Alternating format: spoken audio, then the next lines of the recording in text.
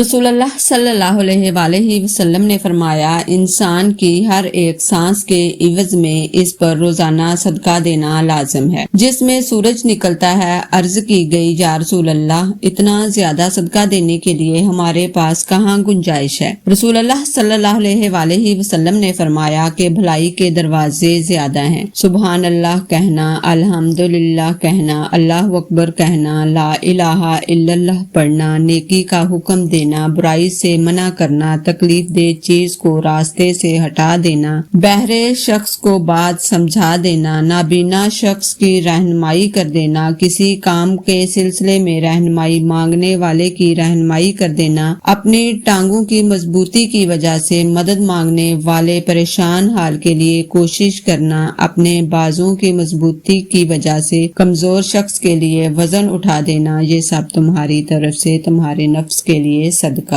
ہے۔